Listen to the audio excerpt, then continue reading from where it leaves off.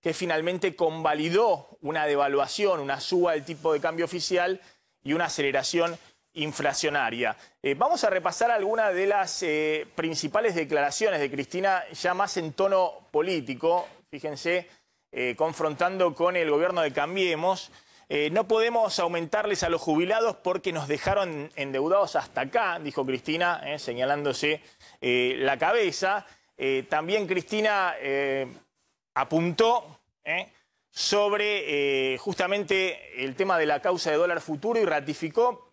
Algunos dicen, bueno, ¿por qué Alberto Fernández salió el lunes con todo diciendo que iba a abrir una querella criminal sobre la deuda del FMI? Cosa que complica un poco la negociación de Martín Guzmán, o más allá de eso es una pirotecnia, si se quiere, electoral en el inicio de un año electoral. Pero Cristina ratificó, digamos, esa presentación de Alberto Fernández. Dijo, sospecho que ahora dicen que esta causa de dólar futuro no es importante por la querella criminal, es decir, que no tiene mucho sustento desde el punto de vista jurídico, penal, judiciable. Pero dice Cristina, eso es porque lo que anunció el presidente sobre los 44.000 millones de dólares, la querella criminal que anunció el presidente sobre los 44.000 millones de dólares de la deuda del FMI. Ahora vamos a meternos, tengo muchas ganas de meterme justamente en ese aspecto económico, de cómo efectivamente, y lo he contado, el crédito con el FMI fue un fracaso absoluto. Mauricio Macri vendió en los últimos meses de su gobierno del Banco Central 7.000 millones de dólares para no devaluar. El Banco Central, cuando se fue Cristina, que ya no le quedaban dólares, pues se había utilizado todos los dólares con el cepo cambiario para pagar vencimiento de deuda y vender en el mercado cambiario, también para los 2.000 dólares del dólar ahorro, que el kirchnerismo quiso dejar abierto 2.000 dólares por mes para que, bueno, era un año electoral, para que la gente tuviera por lo menos sus dólares para atesorar.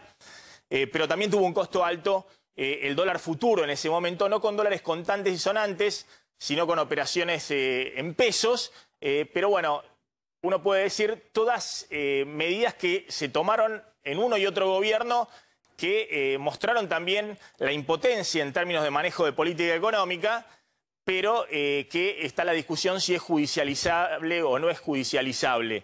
Y finalmente dijo Cristina, yo sigo sentada acá y del otro lado, el otro, por Sturzenegger, apuntó muy fuerte contra el expresidente del Banco Central de Macri, el primer presidente del Banco Central de Macri, que además, recuerdan, fue secretario de Programación Económica durante el gobierno de Cavallo en el 2001, antes del anterior estallido, no de este estallido de la implosión del final económico del gobierno de Macri, sino del final económico del gobierno de la Rúa. Dice, está dando clases en Colombia, y el otro, por Macri, mirando partidos de fútbol en Qatar, diciendo, bueno, más allá de que le gustan los partidos de fútbol, ir a Villa Langostura y demás, ahora va a contar Carlitos González Prieto, que Macri se relaja como se ha relajado durante mucho tiempo, pero que está muy preocupado también por lo que pasa en tribunales y con las causas judiciales que tiene abierta, ¿no? De uno y otro lado creen que la justicia tarde o temprano los puede perseguir.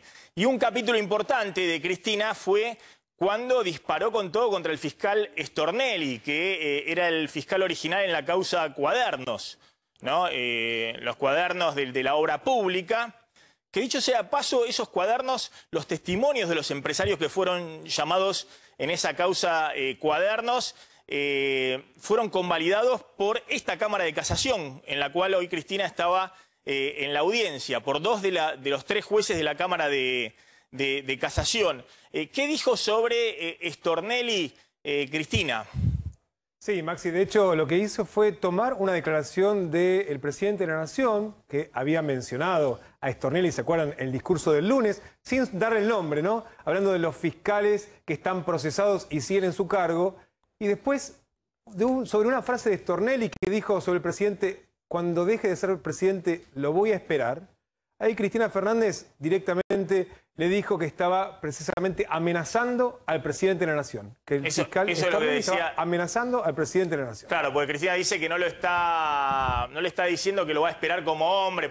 Obviamente Alberto Fernández y Stornelli se conocen hace muchísimos años, pero no está diciendo que lo va a esperar para una charla mano a mano como hombre, sino Alberto Sí. Fernández ya en el llano De fiscal a y presidente, Stornelli no. como, Claro. como fiscal. Eso es lo que está planteando Cristina. Sí, claro, o sea, de todos modos está entendiendo que sigue siendo fiscal, un fiscal y el otro presidente de la nación. Por lo tanto, no está hablando a futuro de esa conversación, sino que está dirigiéndose de esa manera al jefe de Estado. Bueno, en medio de esta pirotecnia, ¿la podemos ver un poquito a Cristina? ¿Hay alguna imagen? Tenemos de Cristina, porque fue muy impresionante esa imagen en Zoom de la Cámara de Casación que autorizó para distintos medios que pidieron la autorización de transmitir. Uno de ellos era A24, pero estuvieron todos los canales de cable y medios internacionales también.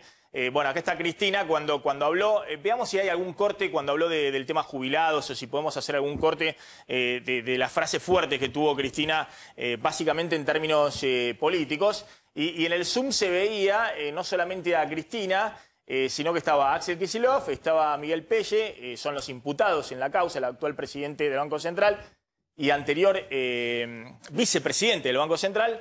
Estaba el entonces presidente del Banco Central, Alejandro Banoli, y después estaban los jueces de casación, estaba el doctor... El fiscal Ple. el fiscal Ple, que es el fiscal ante la Cámara, que bueno, es un enemigo declarado del kirchnerismo, pero también estaba, por la querella, ¿quién estaba? Estaba, de hecho, no, el propio fiscal, el fiscal Ple, Sí. y después estaba los abogados de parte, incluyendo a Veraldi, el abogado de Cristina Fernández, en uno de Claro, los partecitos. y de la denuncia que hicieron en su momento Federico Pinedo y los diputados de Juntos por el Cambio, estaba Manuel Garrido. Manuel Garrido. Manuel Garrido era el abogado de los denunciantes en esta causa de dólar futuro. ¿Tenemos un cortecito de Cristina? A ver, un fragmento de Cristina hace un rato en su declaración por la causa de dólar futuro. No podemos aumentar a los jubilados porque estamos endeudados hasta acá. A mí me sentaron acá diciendo que yo le había causado un perjuicio al Estado por 55.000 millones de pesos.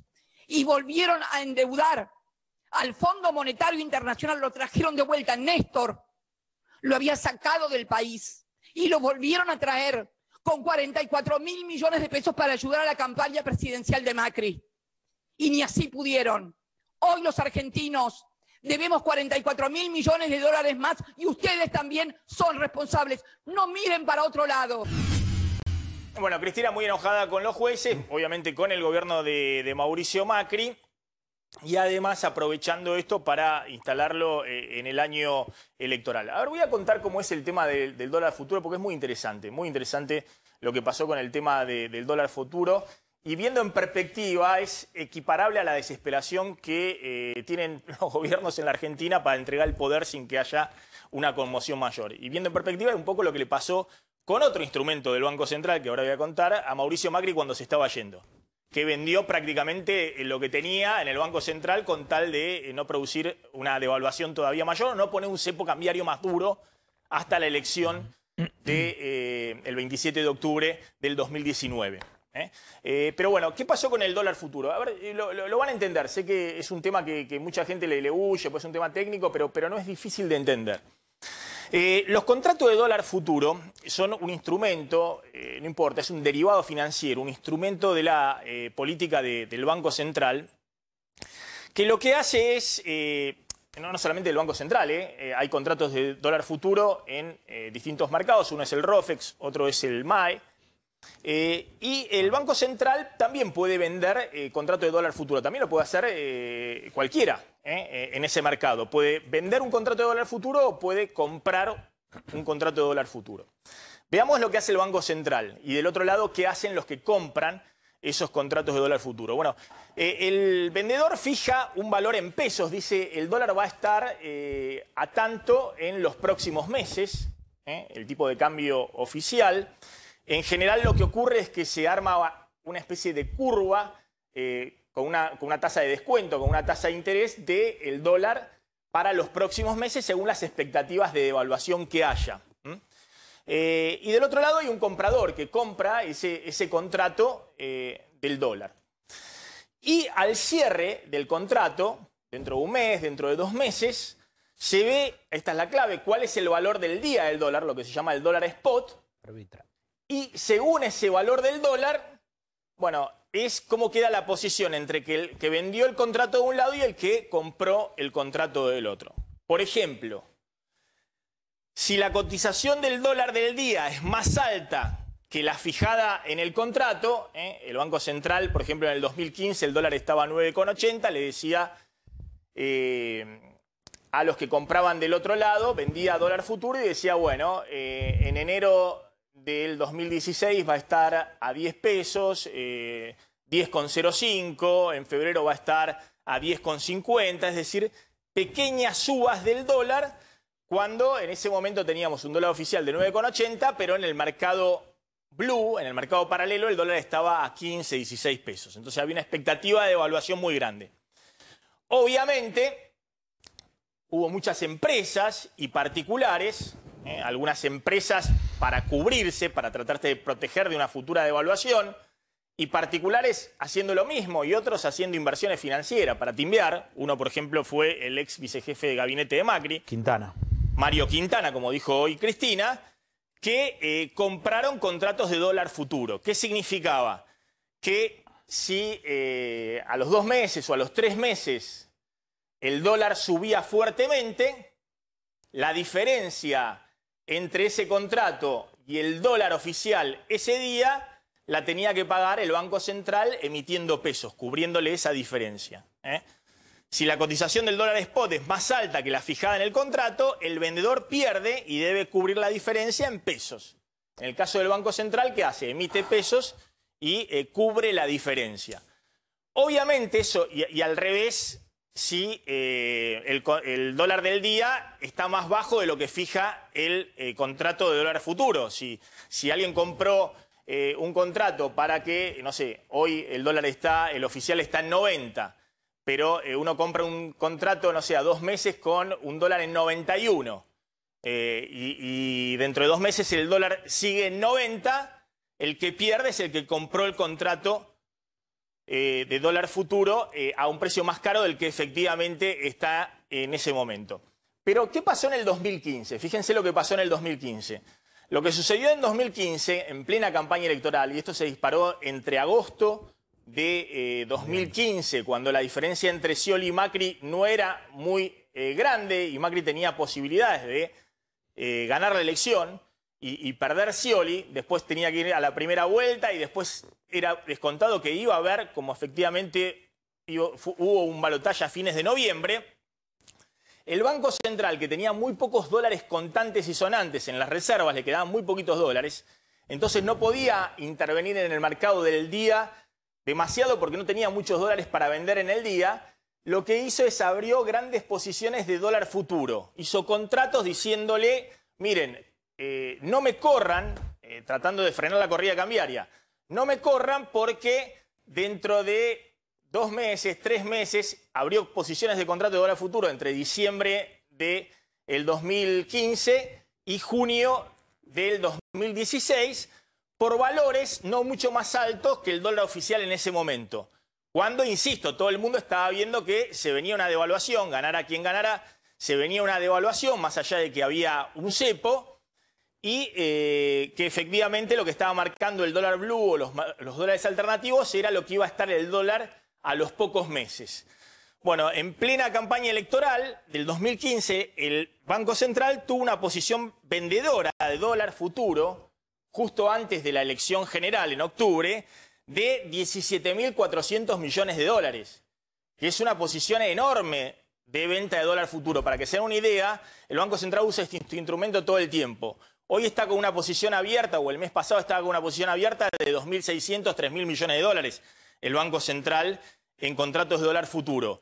El año pasado, en el peor momento, no sé, en agosto, en septiembre, cuando hubo nuevamente una corrida, se dispararon los dólares alternativos, el Banco Central llegó a vender 5.600 millones de dólares de contratos de dólar futuro.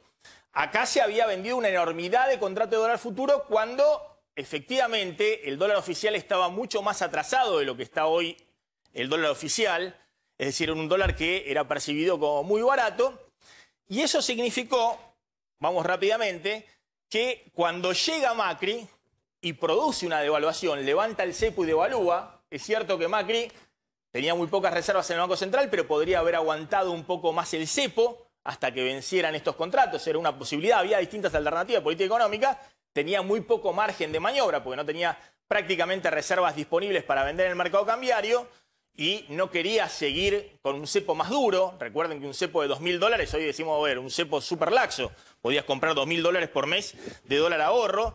Cristina también podría haber endurecido más el cepo al final de su gobierno y no lo quiso hacer porque estaba en la campaña electoral. Digamos, podría haber puesto cepo cero, cepo $200 para que el Banco Central tuviera una posición más manejable en el mercado cambiario y no lo hizo porque obviamente también Scioli quería ganar la elección. Pero lo cierto es que el Banco Central tuvo que emitir 53.700 millones de pesos para cubrir las pérdidas de los contratos de dólar futuro, contratos que fueron venciendo entre diciembre del 2015 y junio del 2016. Contratos en los cuales el Banco Central decía el dólar va a estar a 10 pesos, a 10 pesos con 50, a 11 pesos esos meses, y con la devaluación el dólar del día estaba a 14, a 15 pesos. La diferencia entre ese dólar del día de 14, 15 pesos y el contrato que había vendido el Banco Central de un dólar a 10 pesos, la pone el Banco Central al que había comprado del otro lado, emitiendo pesos y pagándole en pesos. ¿Se entiende? No es muy complejo de entender. Bueno, lo que están discutiendo es si había algún manejo fraudulento de esos contratos de dólar futuro o fue simplemente la desesperación de la política económica de un gobierno que se estaba yendo o que quería ser competitivo en el balotaje, aunque el balotaje ya le marcaba que iba a estar muy complicado para poder ganarlo y que no quería devaluar porque eso significaba sepultar todas sus posibilidades, y un gobierno que entraba que venía con la idea de que el dólar tenía que estar ya al valor del dólar blue. Porque es cierto, Prat Gay decía que los precios estaban fijados al dólar blue, al dólar de 15 pesos. Eso se demostró que no fue así, que no era así. Porque cuando Macri devalúa y el dólar sube de 9,80 a 10 pesos a 14, 15 pesos, hay un envión inflacionario enorme porque gran parte de los precios de la economía todavía estaban fijados al tipo de cambio oficial anterior. Este es el esquema del dólar, del dólar futuro. ¿Qué dice Cristina? Bueno, dice, miren, al contrario, nos metieron esta denuncia para presionar por una devaluación, para que el Banco Central no use este instrumento porque querían devaluar, y cuando fueron a ver quiénes habían comprado contrato de dólar futuro, que estaban todas las empresas estaban comprando dólar futuro, también había algunos personajes que después fueron funcionarios, como en el caso de Quintana, fueron funcionarios principales del gobierno de Macri. O sea que era al revés de la idea que tenía en ese momento Juntos por el Cambio, que mete la denuncia en plena campaña electoral para la segunda vuelta, para el balotaje. Bueno, lo cierto es que en general uno tiene la impresión, más allá de algo que dice la Carta Orgánica del Banco Central, que efectivamente se estaban vendiendo contratos de dólar futuro muy desalineados con lo que era la curva del mercado, con lo que el mercado esperaba para los próximos meses que fuera el dólar efectivamente real. Más allá de eso, todos evalúan, bueno, que es una cuestión más de política económica, que pudo haber estado bien, pudo haber estado mal, según donde se mire, pero una cuestión de política económica. Tuvo un costo, porque el costo estuvo. Después, obviamente, a medida que va devaluando el Banco Central, las reservas se evalúan a un dólar más alto, entonces el Banco Central siempre tiene utilidades en pesos. En pesos siempre tiene utilidades. Pero el Banco Central tuvo que poner 50.000 millones de pesos para cubrir los contratos de dólar futuro. También es cierto que cuando se va Macri, en el desmanejo también económico total, no vende tanto contrato de dólar futuro, sino que para no poner un cepo duro hasta la elección general, entre agosto del 2019 y octubre del 2019, se liquida 7.000 millones de dólares de las reservas del Banco Central. Y solo en octubre vende en un solo mes 4.000 millones de dólares. Dólares contantes y sonantes. Acá se vendían contratos de dólar futuro con un cepo que igualmente era bastante laxo, visto ahora en perspectiva, de 2.000 dólares por mes. Bueno, está toda la discusión también. Bueno, esto es lo que les quería mostrar. Por ejemplo, los contratos futuros de fines del año pasado del Banco Central fueron 4.000 millones de dólares, también como parte de la política cambiaria para mantener el dólar oficial controlado. que es el dólar que obviamente todo gobierno quiere mantener medianamente controlado, porque si no detrás de eso se va la inflación. La mayoría de los precios de la economía están fijados todavía en el dólar oficial de importación y de exportación. Y fíjense que el año pasado el Banco Central, que llegó a vender 5.000 millones de dólares de contrato de dólar futuro, pero el año pasado ganó el Banco Central, es decir, vendió posiciones de dólar futuro por debajo de lo que era la curva del mercado. Todos creían que el dólar iba a subir más rápidamente, que iba a haber una devaluación, y el Banco Central terminó recibiendo 24.000 millones de dólares de ganancias de los contratos de dólar futuro en 2020. Pero bueno, obviamente el año pasado la situación era totalmente distinta que la de fines de el 2015. Damián, está, Cristina, enfocando políticamente contra Macri, contra la política económica, resaltando a Kicillof, que era en su momento el ministro de Economía, aunque algunos dicen que también tenía una injerencia en el Banco Central, pero básicamente también se pone en el centro de la escena política por la cuestión electoral y también para usar de alguna manera esta causa, previendo otras causas donde no es tan fácil explicar si es una cuestión política o es una cuestión judiciable, como son las causas en las cuales se afecta el tema de la obra pública, su patrimonio personal y demás. Bueno, de hecho, Maxi, vos mencionabas una de esas causas, la de los cuadernos. De hecho, en el equipo de abogados que está trabajando en este expediente, en especial en el equipo de abogados que trabajan junto al presidente del Banco Central, están temiendo que este discurso político de la presidenta puede incluso impactar en el presidente del Banco Central y en su credibilidad. Eso es un dato de ahora. Y por esto que decís vos, Maxi, porque mete a esta causa en la campaña electoral. La presidenta aprovecha este episodio para hablarle a la justicia, para hablarle a la oposición y a los medios, que de hecho le sirve para justificar, como nunca lo había hecho con mucha claridad, lo que ella entiende que es el lawfare, es decir, un sistema de persecución a dirigentes políticos con los medios de comunicación y un sistema judicial que lo que hace es precisamente salvar a otros. Esa fue durísima contra estos mismos jueces. Le dijo, ustedes sobreseyeron a los que después nos endeudaron y tienen una responsabilidad directa en lo que está pasando en la República Argentina. Te voy a decir una cosa, me quedé dando vuelta, ahora vamos a hablar un ratito con Ricardo Delgado con el tema de los contratos de dólar futuro, ¿no? Porque después, yo sé que cuando pasó esto, después a principios de 2016, cuando Sturzenegger y Quintana negociaron en el ROFEX, negociaron cómo se iban a pagar esos contratos y cuánto se iba a pagar finalmente y cuánto iba a emitir el Banco Central para pagar esos contratos. Claro, aparece que Quintana y otros personajes, busca ahí la lista, habían comprado contratos de dólar futuro, ¿no? Y algunos miembros del gabinete, del ala política de Mauricio Macri, decían, pero estos son unos tiburones, porque verdaderamente todo el que estaba en el mercado financiero le quería comprarle el dólar futuro al Banco Central, porque era una uvita, era un regalo, todos sabían. Hay que esperar nomás. Claro, todos sabían. Ahora, si vos ibas a hacer gobierno en el futuro, encima no te podías evitar ese negocio, pero lo hiciste lo mismo. Y lo digo ahora porque lo dije en su momento también. Sí. Digamos, una cosa insólita donde la voracidad de decir, bueno, tengo la uvita esta de comprar un contrato de dólar futuro que sé que me va a dar mucha plata dentro de 3 y 4 meses. Y la otra discusión... Igual es una cuestión, digamos, nunca escapó de la legalidad, una cuestión moral, si querés. ¿Pero qué estoy diciendo? Pero siempre no dentro de la legalidad. Pero ¿qué te estoy si vos ves el dólar barato, estás dentro de tu derecho. ¿Pero qué estoy diciendo? No estoy cuestionando una empresa que compró para cubrirse porque esa empresa no quería ser gobierno. Pero vos querías ser gobierno y vos querías poner a unos funcionarios que después estuvieron en el centro de las decisiones. Más, algunos dicen que tomaban las decisiones porque Macri a las 8 de la noche ya dejaba un poquito el despacho, haciendo negocio financiero sobre una debilidad que efectivamente tenía el Banco Central en el final del gobierno de Cristina, porque efectivamente se les desmadraba absolutamente todo. Se habían quedado sin reservas, no tenían financiamiento y vendían contratos de dólar futuro. Ahora, bueno, simplemente una reflexión sobre... hubo otros personajes del gobierno de Macri que estaban en el ala política y decían, mirá, yo quiero hacer gestión política, que obviamente deben haber visto este negocio, pero dijeron, esta paso, estos millones no los quiero. Pero hubo otros, como en el caso de este señor que mencionó Cristina, que efectivamente estuvo del otro lado del mostrador, aprovechando esa debilidad del Banco Central, vendiendo semejante cantidad de contratos de dólar futuro.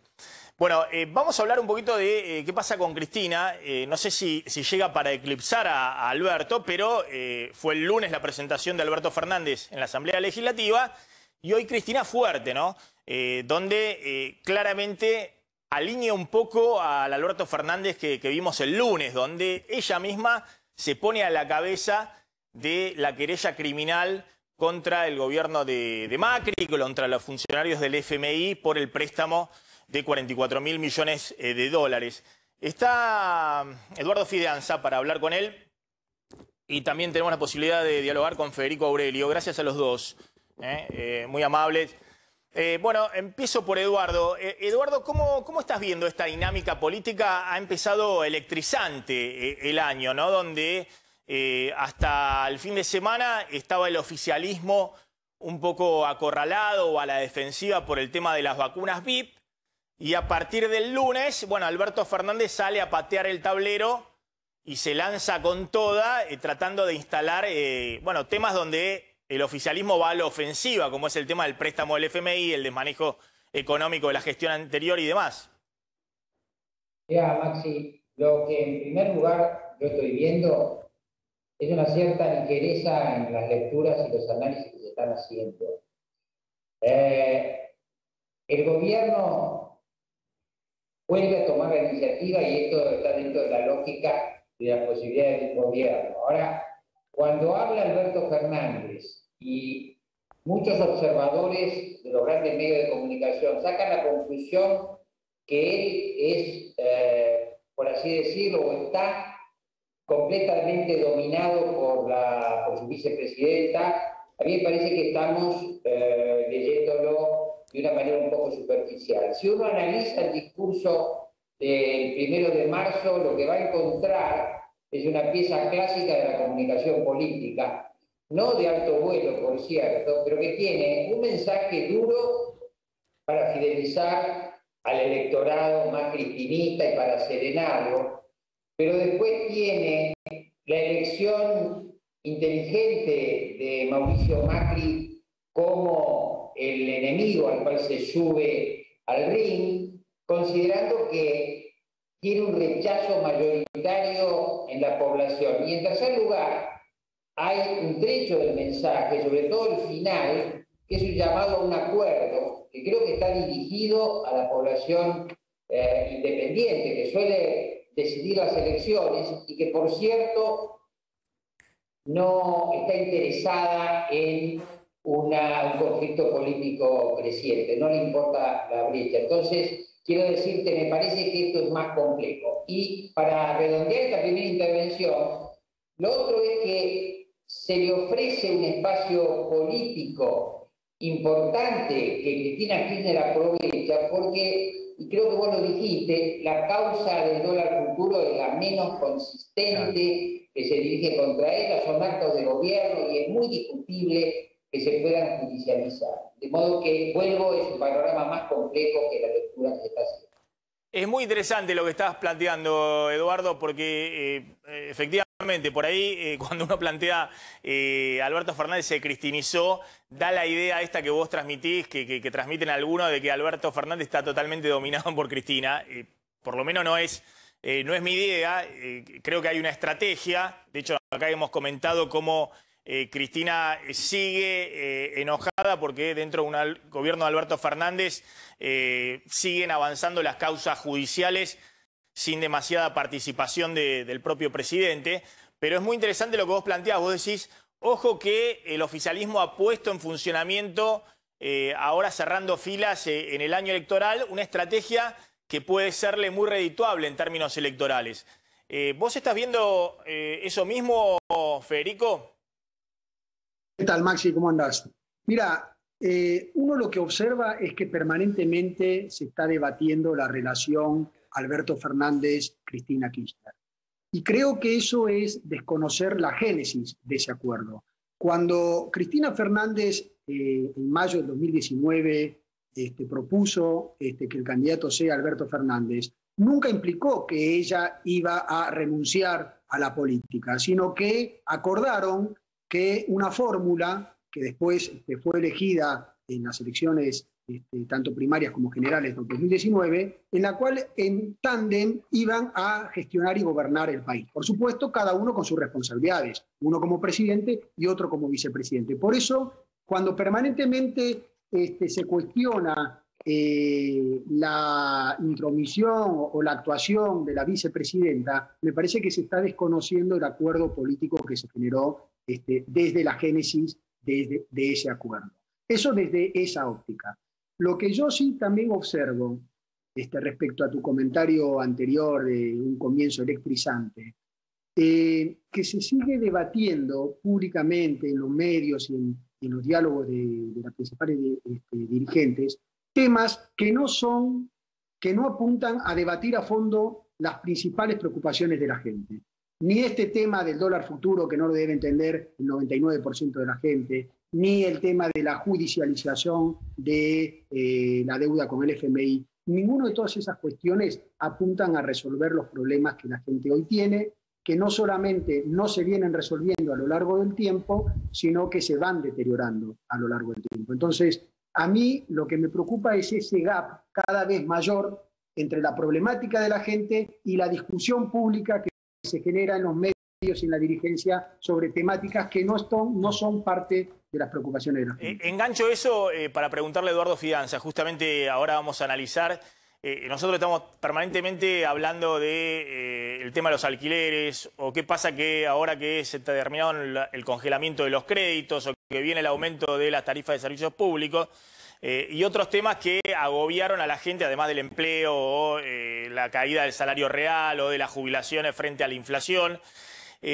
Pero también es cierto, y lo vamos a analizar ahora en un ratito, que vienen meses donde se va a notar una recuperación de la actividad económica frente a lo que fue el derrumbe del año pasado. Eso va a ser muy notorio desde el punto de vista estadístico, con una recuperación importante, por lo menos desde el punto de vista de la estadística, en la industria, en la actividad económica en general, medida por el INDEC. Pero sigue habiendo un problema que es la inflación. Y está en niveles altos que no permiten por ahora recuperar el poder de compra y también recuperar fuertemente el consumo. ¿Crees vos, Eduardo, que en última instancia, más allá de estos discursos o más allá de la radicalización o la profundización de la grieta, lo que va a definir un poco el tono de este año es cómo venga esa reactivación y cómo venga la recuperación de poder de compra de salarios, jubilaciones y demás? Es cierto. Hay que tener en cuenta que aproximadamente el 65% del electorado no tiene adhesiones políticas firmes y se maneja por percepciones, no tanto por adhesiones o rechazos de tipo valorativo. ¿Cuáles son las percepciones que van a dominar? En primer lugar, la economía, que es el problema secular, histórico de la Argentina y que sistemáticamente reflejan los sondeos de opinión. Pero también, y acá no tenemos muchos datos y muchos antecedentes, la pandemia. Y yo agregaría, respecto de la economía, cuando hay profundas crisis, las demandas económicas declinan y la gente pasa de querer mejores salarios, de querer mejores vacaciones, de querer viajes, etcétera, a los mínimos. Retener el puesto de trabajo, si es un trabajador formal, o tener posibilidades de ofrecer servicios, de hacer changas si es trabajador informal.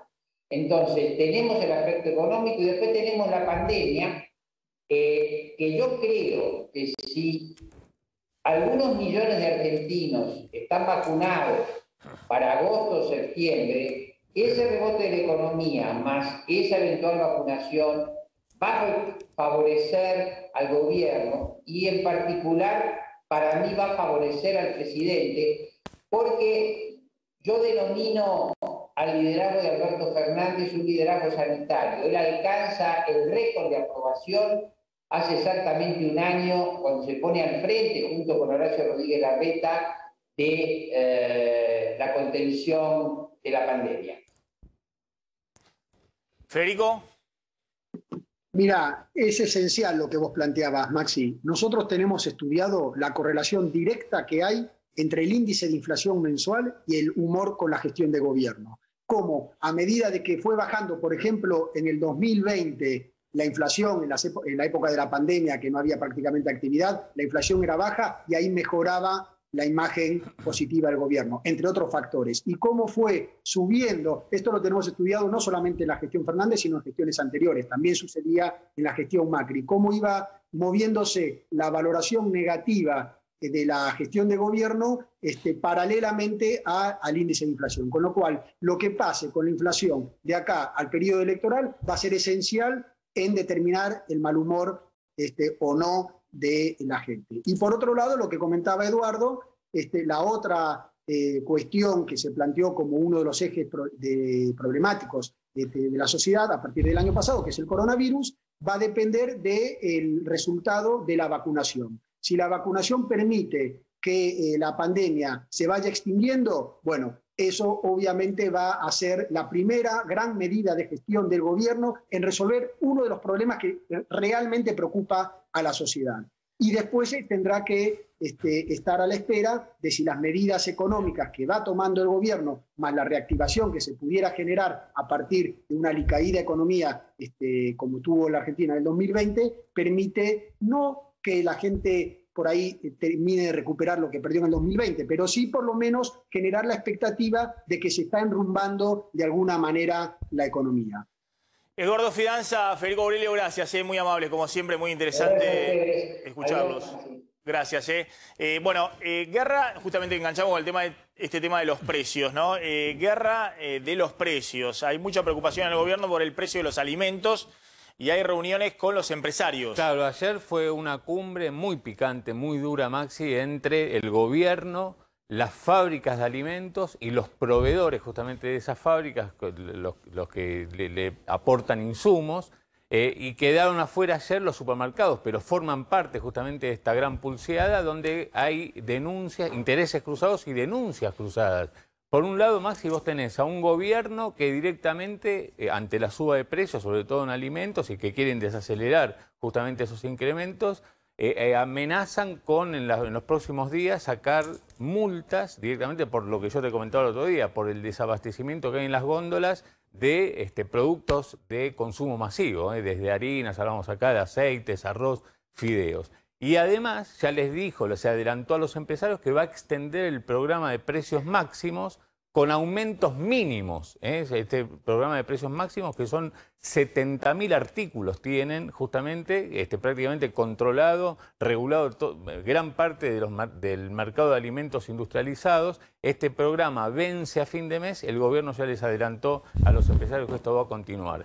Cuando los empresarios, los fabricantes de la alimentación escuchan esto, ¿qué les dice ayer al gobierno? Esperen, nosotros no tenemos nada que ver con estos incrementos. Nosotros estamos regulados justamente desde hace un año, podemos aumentar muy poquitito y lo que tenemos es un atraso en los precios del 25%, justamente en esos productos básicos. Le dice al gobierno, nosotros necesitamos aumentar los fideos, la harina, el arroz y el aceite.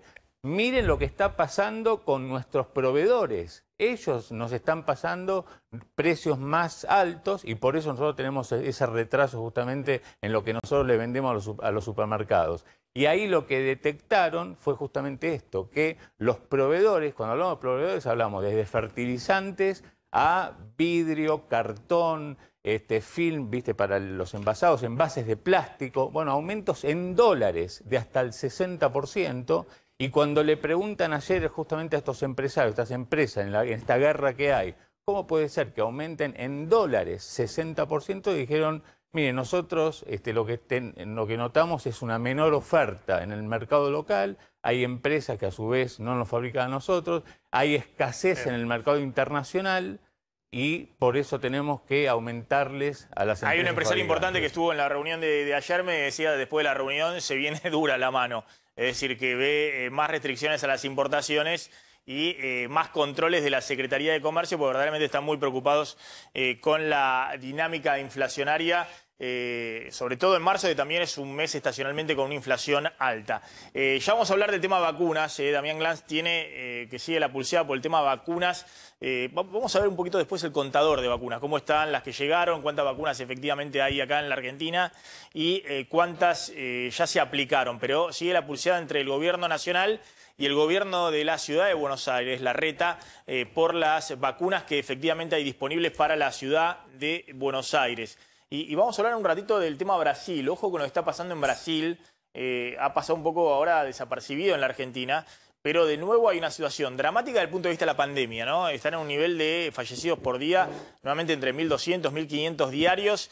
Se ha disparado nuevamente la curva, ¿no? Y también la de contagios. Brasil ya superó, creo que los 255.000 fallecidos en lo que va de la pandemia. Pero además hay una cepa nueva, cepa brasileña se llama, y vamos a hablar con alguien en Brasil y también con un infectólogo para ver si efectivamente, como dicen, es más potente, una cepa que está preocupando mucho, no solamente en Brasil, sino la posibilidad de que pueda llegar a la Argentina. Y ojo con Brasil, en términos de un modelo de recrudecimiento de la pandemia, porque hay 13 estados, la mitad de las provincias brasileñas que están nuevamente cerrando con medidas restrictivas a la actividad económica. Entonces Brasil, que se venía recuperando fuertemente, de nuevo empieza a tener problemas porque tuvo que volver a cerrar. Si eso no puede llegar a suceder en la Argentina, sería un drama, verdaderamente, y todo tiene que ver con la carrera contra la pandemia por la vacunación, ¿no? Para llegar antes con las vacunas. Bueno, el gobierno trata de controlar todo, va a tener algunos indicadores positivo desde el punto de vista de la actividad económica en los próximos meses, cuando se empieza a comparar marzo, abril, mayo contra el derrumbe del año pasado. Empiezan a ingresar los dólares fuertes de la soja récord de $500. Está la discusión con el fondo, pero más allá de la pirotecnia, incluso puede haber un regalito del Fondo Monetario, que es esta ampliación de capital y que puedan llegar 3.000 millones de dólares adicionales para la Reserva del Banco Central por la ampliación de derechos especiales de giro. Pero lo que no puede controlar, y está muy preocupado, es el problema de la inflación, lo que ha pasado con la dinámica inflacionaria en este inicio de año. Son números de inflación muy elevados, 4% en diciembre, 4% en enero, 3,5% tal vez más en febrero y marzo, que habitualmente hay más inflación que en febrero. Y obviamente está tratando de usar el dólar oficial en lo que puede como ancla del proceso inflacionario, es decir, desaceleró un poquito la velocidad que venía de suba diaria de las mini evaluaciones del dólar oficial que habían impulsado los precios en diciembre y en enero. Está con el tema de precios máximos, precios cuidados, pero están apareciendo problemas de desabastecimiento, problemas de discusiones con las empresas que le dicen sí, pero después no fabrican los productos que están dentro del esquema de precios máximos. Tiene un problema con el tema de tarifas públicas, porque acá, como adelantó ayer Slotnick, va a empezar a aplicar un aumento del 9% en luz y gas, pero que no es lo que planteaba Guzmán en la negociación con el fondo, que quería entre 20 y 30% para mantener congelada la cuenta de subsidios económicos. Pero acá Cristina se puso firme y además la propia dinámica inflacionaria tampoco sugiere mucho de que podés aumentar mucho la tarifa de servicios públicos en medio de la aceleración inflacionaria que tenés. Fíjense que por eso, por esta inflación que está en niveles elevados y que está por arriba de los ingresos, viene el bono de los jubilados a la mínima, que es el reconocimiento del gobierno, y lo dijo Cristina, no aumentamos a los jubilados, ella misma reconoció, porque hasta ahora el discurso del gobierno era, le aumentamos a los jubilados para que no pierdan con la inflación. Bueno, eso no ocurrió el año pasado, perdieron frente a la inflación y ahora le tienen que dar un bono extra hasta los que ganan una jubilación y media para que más o menos se resguarden de la inflación en abril y mayo, pero claramente todo el resto de los jubilados se está perdiendo y hasta marzo los jubilados de la mínima también pierden. Y cuando ocurre esto, se genera un problema para reactivar el consumo, más allá de que le des un poquito al crédito, más allá de que des un bono por acá, un bono para allá, tenés un problema grande para sostener una recuperación del consumo en el año electoral. Están con la suba del piso de ganancias para tratar también de darle aire a un sector de clase media para volcar más pesitos en el bolsillo y poder ver si eso estimula un poco el consumo. Pero no está claro si vos no desacelerás la inflación, cómo podés hacer para proteger a los sectores más vulnerables del aumento, sobre todo de los precios de los alimentos, ¿no? La inflación está corriendo casi al 40% mensual, pero los precios de los alimentos están arriba del 40% anual, en marzo de este año, marzo del año pasado, pero los precios de los alimentos están prácticamente arriba del 45% anual de inflación. Está Ricardo Delgado. Ricardo, ¿qué tal? ¿Cómo estás? Hola Maxi, muy buenos días. Bien, bueno, estamos contando un poquito este tema de la inflación que todos coinciden que es hoy la gran preocupación del gobierno y de todos. Pero me gustaría una palabra tuya respecto a esto que hablábamos antes del dólar futuro y de lo que dijo hoy Cristina, ¿no? Muy enojada. Bueno, y un poco lo que sucedió, ¿no? En ese final de 2015, que era una especie de retirada desordenada, más o menos como le pasó después también a Macri, en el final del 2019, vendiendo dólares de la Reserva del Banco Central también para evitar un salto devaluatorio mayor. Creo que no voy a ser original, Maxi, ya se ha dicho mucho. Yo no creo en la judicialización de las medidas de política económica. Los funcionarios públicos tienen, por supuesto, responsabilidades en materia del uso de los fondos públicos, pero hay medidas en el Banco Central en particular que afectan obviamente decisiones en el futuro, como es esta, justamente, y que obviamente ningún funcionario, ni del gobierno anterior, ni de este, ni de los que vengan, puede, en una situación además tan volátil y de crisis como periódicamente vive la Argentina, conocer, entre otras cosas, por ejemplo, el valor real del dólar en cada mes o en cada día hacia adelante. Entonces, yo creo que esta es una causa, te diría, más política, del mismo tono que la querella criminal que se le quiere iniciar a los miembros del equipo económico anterior que firmaron el stand-by con el Fondo Monetario. Por supuesto, hay que cuidar todas las formas y todos los recaudos administrativos, porque, de vuelta, un funcionario público tiene que dar cuenta del uso de los fondos públicos. De eso se trata, ser funcionario público, pero de ahí en más, decisiones que pueden ser al final del camino equivocadas no deberían judicializarse, porque si no, además, lo que va a suceder, Maxi, es que poca gente va a querer entrar al Estado y el Estado va a ser gobernado por aquellos que no tienen ni escrúpulos ni conocimientos básicos para poder administrar. Te hago una pregunta respecto a la inflación. ¿Cómo ves esta dinámica y qué tendría que suceder, digamos, para que de alguna manera el gobierno pueda ver que hay algún tipo de recuperación desde el punto de vista del consumo y de los ingresos reales? Bueno, te escuchaba antes y coincido que es el problema central que tiene hoy la economía argentina. Nosotros, a diferencia de algunos de nuestros colegas, creemos que la inflación es probable que se desacelere a partir de la mitad del año, se puede llegar a terminar en un 40% de inflación en el 2021. Todos sabemos que el consenso del mercado está más cerca del 50% que de este porcentaje, básicamente porque creemos que las anclas que vos también bien marcabas allí, básicamente el tipo de cambio y las tarifas, van a servir para contener en parte esta dinámica que obviamente en estos meses y en estas semanas está todavía siendo muy caliente, producto de la inercia y demás. Los primeros acuerdos salariales conocen en el año, están en línea con el 30% o del entorno del 30% que busca el ministro Guzmán que sea la inflación, que insisto, creo que no va a ser en ese nivel, pero de todos modos me parece importante marcar que si el gobierno ordena la cuestión fiscal, como parece que la empieza a ordenar a partir de diciembre, estamos en enero, por ejemplo, tuvimos superávit primario, si hay moderación en consecuencia de ello, de la emisión monetaria, la emisión de pesos, que también está por segundo mes consecutivo, el gobierno logra que el Banco Central no emita para financiar al Tesoro. Esto me parece que son datos importantes que van a empezar a pegar en la segunda mitad del año. Por supuesto, la volatilidad argentina, la incertidumbre de las elecciones, la evolución de la pandemia, que es un tema todavía no resuelto, siguen manteniendo incertidumbres en la economía argentina. Ricardo, gracias, muy amable. Como siempre, un gusto. Ricardo Delgado. Un abrazo, Máximo. consultor económico, siempre muy interesante escucharlo. Bueno, vamos a Brasil, porque les decía que hay una situación compleja. ¿Tenés los últimos números de Brasil, Damián? Sí, Maxi, que de hecho lo que está ocurriendo es lo que vos mencionabas hace un rato. Nuevamente hay un récord de fallecidos diarios en Brasil. Estamos hablando de 1.200 personas por día que pierden la vida a causa del coronavirus.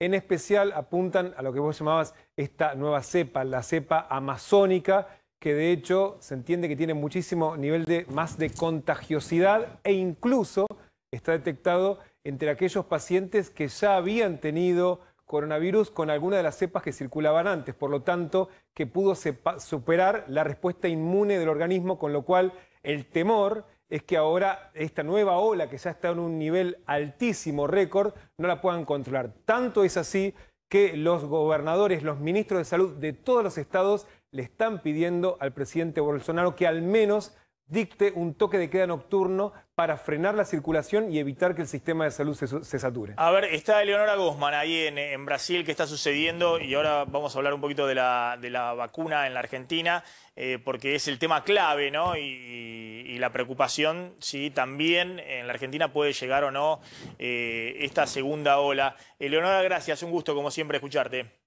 Hola, ¿cómo estás? Bueno, ¿qué está pasando, Eleonora? Porque habíamos perdido un poco de vista qué sucedía en Brasil. A mí la señal de alerta me llegó cuando vi algunos titulares que decía medio país paralizado, nuevamente restricciones a la circulación, a la actividad económica, y detrás de eso esto del aumento de contagios y nuevamente un nivel de fallecidos diarios elevado. Sí, el nivel de fallecidos ya superó casi los 1.900 diariamente, lo cual coloca a Brasil en cuanto a la aceleración del número de fallecidos en un nivel, en el puesto más alto del ranking, por decirlo de alguna manera, ¿no?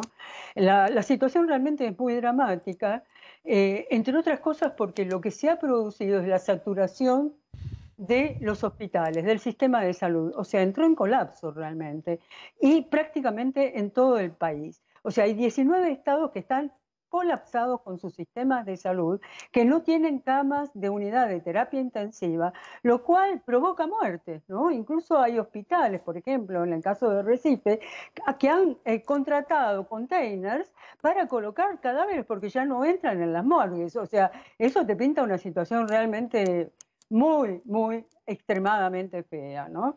El caso de Santa Catarina, por ejemplo, donde la ocupación de los lechos está en el 95% y han tenido que trasladar pacientes a otros estados porque ya no los pueden atender y la gente se muere. Este es el problema, ¿no? Se muere esperando que haya una cama de terapia intensiva, que no es lo mismo que una cama de hospital. Quiero aclarar esto. Claro. Vos podés estar en una cama hospitalaria, pero no tener la cama de UTI, de terapia intensiva, ¿no? Ahora, Eleonora, ¿qué sucedió? Porque en algún momento se lo veía a finales del año pasado a Bolsonaro exultante, la economía se estaba recuperando nuevamente, los casos uno veía que iban bajando, digamos, después del pico que habían tenido. ¿Y qué sucedió? Que volvió nuevamente el aumento vertiginoso y de nuevo, tengo entendido, no sé si 13 o 14 estados que están ya aplicando restricciones a la circulación y demás. Vos estás ahí en San Pablo, no sé si hay toque de queda, nocturno en San Pablo. Sí. Ahora incluso lo decretaron en Río de Janeiro, el toque de queda. Solo que el horario, digamos, del toque de queda es un poquito, te diría, todavía corto, por decirlo de alguna manera. Lo que pasa es que en San Pablo y en Río de Janeiro están prohibiendo los comercios que no son esenciales. Por ejemplo, en San Pablo están cerrados los shoppings, los restaurantes, los cafés. O sea, han tomado medidas que son medidas muy drásticas en ese sentido, ¿no? Pero es la única posibilidad que tenés de pasar el momento o evitar que esto se agrave a un punto que sea inmanejable. Por ahora San Pablo tiene 76% de las camas de UTI ocupadas, o sea, tiene un margen, por decirlo de alguna manera, y Río de Janeiro también tiene su margen, ¿no? Pero vuelvo a decirte, aquí hay un problema muy grave en ese sentido porque no hay una medida unificadora que salga del gobierno federal. O sea, el gobierno de Bolsonaro no unifica, no establece un parámetro a nivel nacional. ¿Se entiende? De nuevo está el enfrentamiento entre los gobernadores y Bolsonaro, porque Bolsonaro dice si siguen cerrando la gente se muere de hambre. Bueno, es que no es que solo Bolsonaro diga esto. Esto se admite ya, lo admitieron inclusive en San Pablo. El problema es que vos tenés que tener una ayuda de emergencia para que la gente no se muera de hambre, justamente, ¿no? Y esto demora. O sea, había una ayuda de emergencia que era considerable, que duró hasta fines de diciembre. Y desde fines de diciembre ya no hay más nada. Entonces, pasaron 2 meses, enero y febrero, sin ayuda. Esto es grave, es muy grave. Pero más grave todavía es que a pesar de que se prohibieron las fiestas de carnaval, a pesar que se prohibieron las fiestas de fin de año y que se llamaba a la gente a ser razonable, en la realidad marcó otra cosa, las aglomeraciones, lo cual es otra de las explicaciones de por qué ha ido aumentando de una manera explosiva la situación en Brasil. A esto se suman otros factores como el tema este que se mencionaba ahora, que es el tema del nuevo virus. O sea, nuevo virus no es la nueva cepa del virus, que es la cepa amazónica o la cepa de Manaos, para ser más preciso. Que es grave, sí, porque tiene una capacidad de duplicación mucho más, de propagación mucho más rápida. La velocidad es 2.1 la velocidad del virus de origen. O sea, más que duplicar la velocidad del virus de origen en cuanto a contagio. Leonora, ¿y cómo viene la vacunación? ¿La vacunación están vacunando en Brasil con la vacuna china? ¿Eso se ha acelerado un poco el número de vacunados? Bueno, voy a decirte que la vacunación, por lo que estuve viendo, es mejor que en la Argentina. O sea, nosotros tenemos aquí en Brasil una vacunación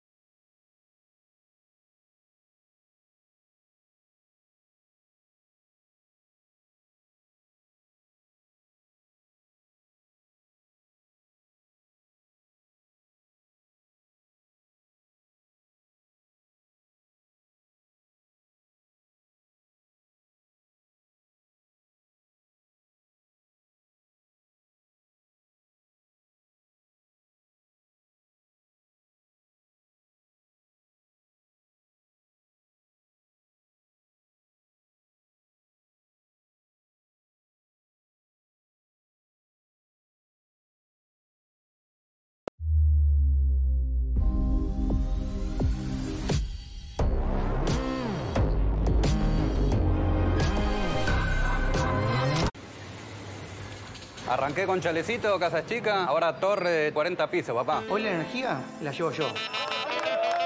Caballero, 60 pesos. Damas, gratis. No, gratis no. 60 pesitos también.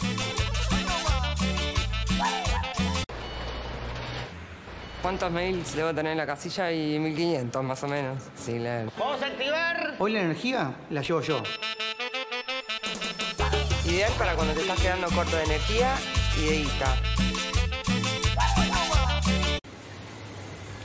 Arranqué con chalecito, casa chica, ahora torre de 40 pisos, papá. Hoy la energía la llevo yo. Caballero, 60 pesos. Damas, gratis. No, gratis no. 60 pesitos también.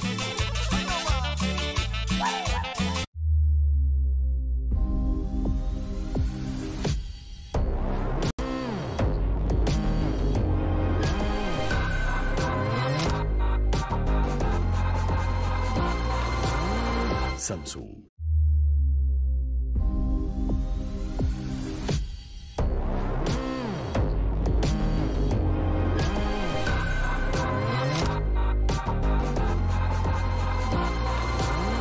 Samsung.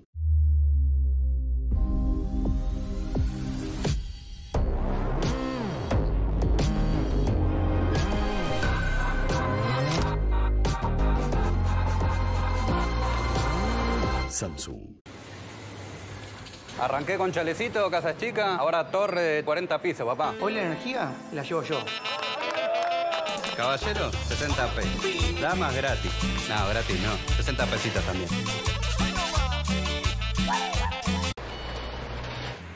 ¿Cuántos mails debo tener en la casilla? Y 1500 más o menos. Sí, leer. ¿Vamos a activar? Hoy la energía la llevo yo. Ideal para cuando te estás quedando corto de energía y de guita. Arranqué con chalecito, casa chica, ahora torre de 40 pisos, papá. Hoy la energía la llevo yo. Caballero, 60 pesos. Damas, gratis. No, gratis no. 60 pesitos también.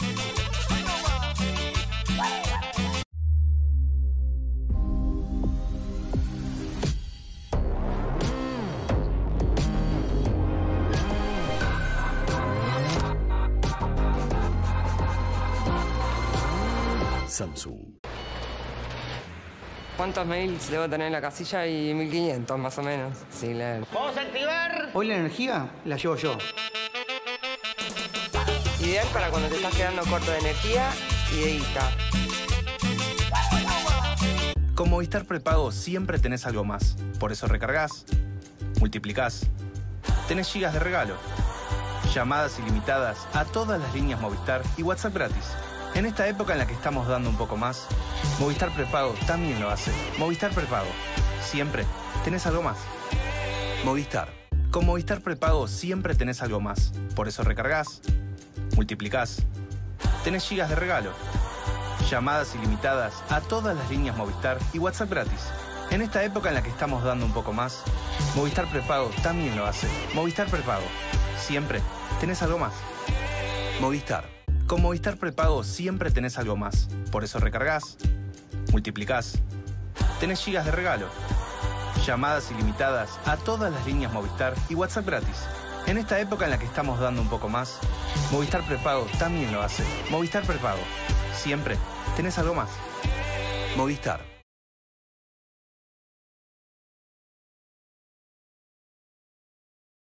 Con Movistar Prepago siempre tenés algo más. Por eso recargas, multiplicás, tenés gigas de regalo, llamadas ilimitadas a todas las líneas Movistar y WhatsApp gratis. En esta época en la que estamos dando un poco más, Movistar Prepago también lo hace. Movistar Prepago. Siempre tenés algo más. Movistar.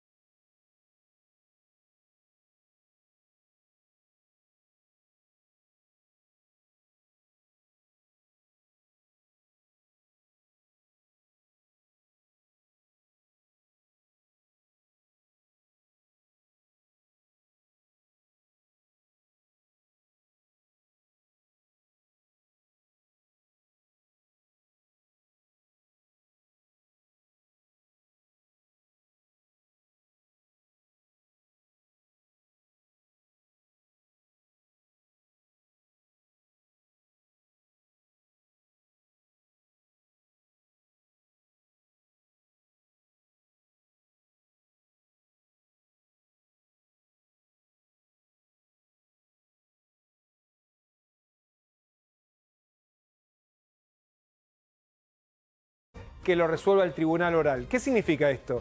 Que eventualmente va a tener que ir la vicepresidenta de la Nación, el presidente del Banco Central, el gobernador bonaerense, a sentarse en el banquito de los acusados, a ver pasar testigos durante meses, con lo que representa para un presidente del Banco Nación en un contexto difícil, del Banco Central en un contexto difícil, precisamente pasarse por tribunales.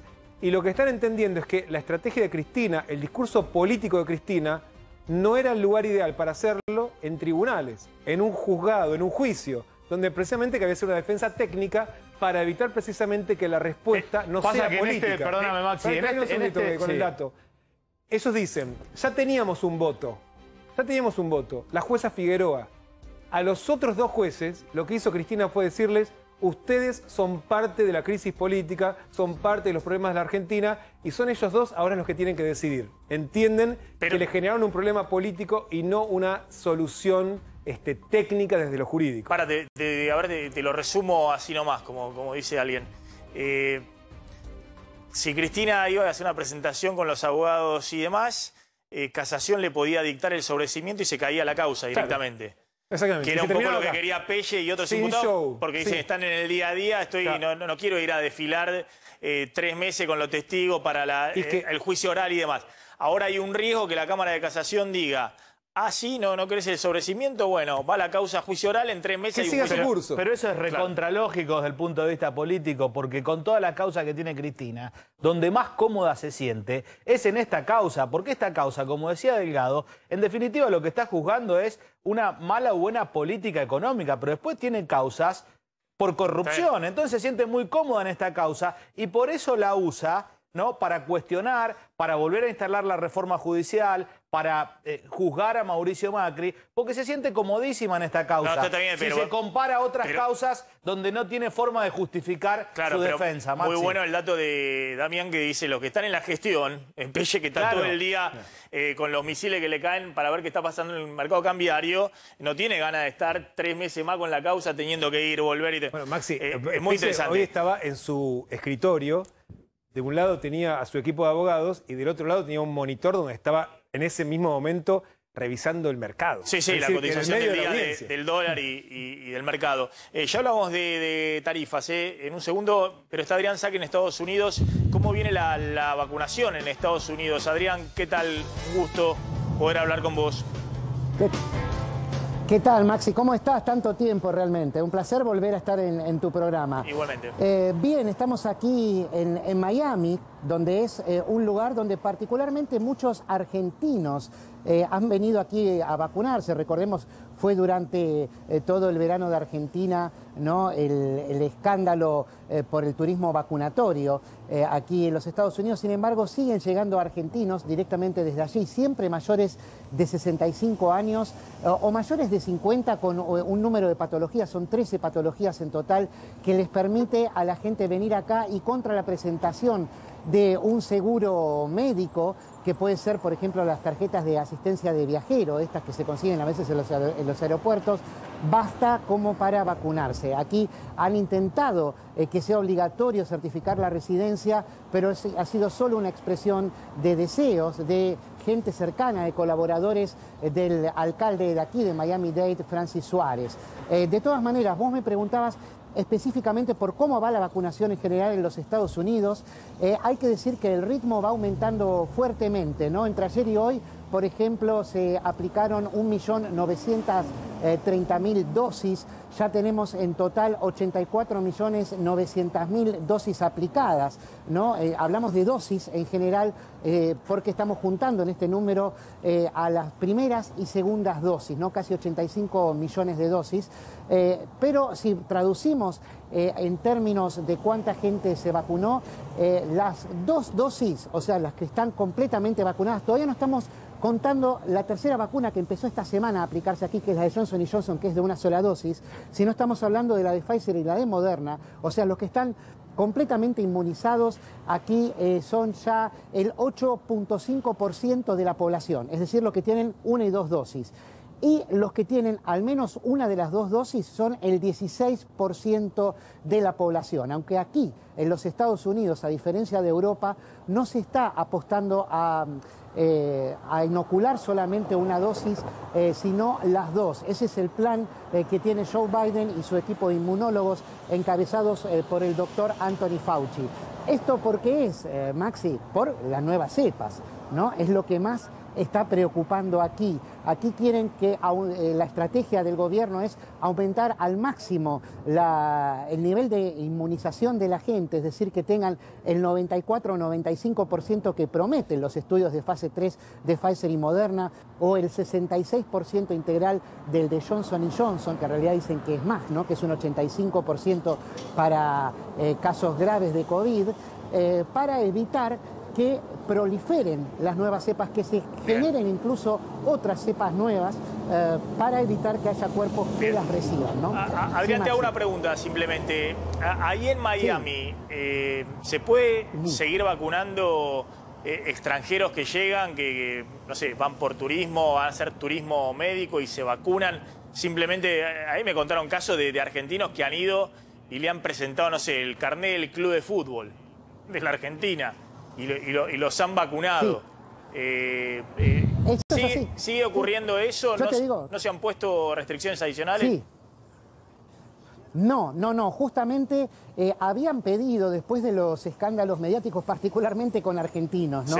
Le habían pedido al alcalde de Miami-Dade que instrumentara algún tipo de mecanismo legal para que le dieran prioridad a los residentes. Bueno, esto no se está dando. Vos acá cuando llegás, piensan, creen en tu buena fe, no en que mientas diciendo que vivís acá, eso no. Ellos lo que quieren es que tengas algún tipo de respaldo. Por eso lo primero que te piden es algún tipo de asistencia médica, o sea, que tengas el carnet de tu obra social si tiene alcance aquí en los Estados Unidos, o que tengas el seguro de viajero, o cualquier otro tipo de cobertura, incluso extranjeras, pero que abarquen Estados Unidos, porque ellos lo que necesitan saber es que si llega a salir algo mal con la vacunación, tengas alguna manera de defenderte y no imputes o al gobierno de los Estados Unidos, al Estado, claro, en realidad esa es la manera en que se están moviendo. Aquí cada 2 por 3, yo estoy acá parado, algunos se quedan por ahí esperando, otros pasan, muchos argentinos que reconocen que estamos trabajando para vos, para... Pero es decir, alguien va, entra ahí a un centro de salud público o privado y lo vacunan.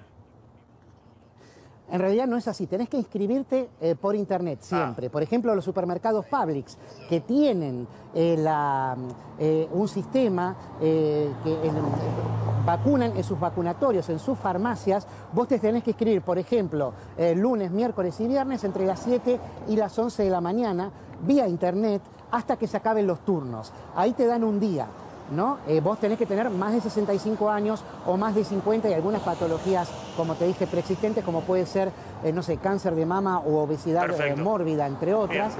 Y ahí tenés la posibilidad de que te elijan. Y después te llaman. Después vos ahí es donde tenés que presentar algo, que en este caso sería un seguro médico o algo. Pero es bastante accesible.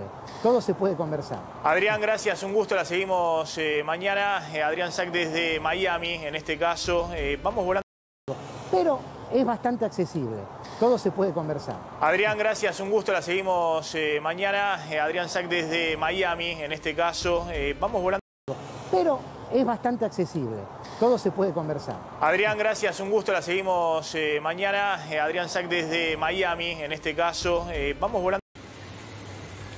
Arranqué con chalecito, casa chica, ahora torre de 40 pisos, papá. Hoy la energía la llevo yo. Caballero, 60 pesos. Damas gratis.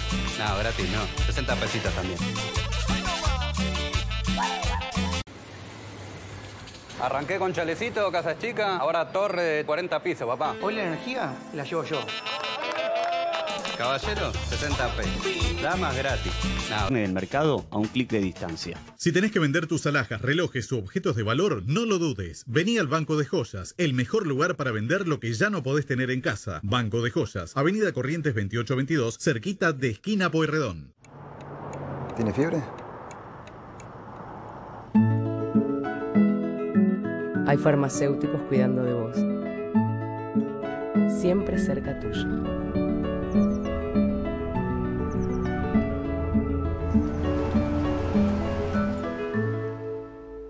Conoce nuestras soluciones en medicina para cuidar a tus empleados. Hace 45 años, Luis Pasteur cuida a las mejores empresas del país. Luis Pasteur, cuidamos tu salud.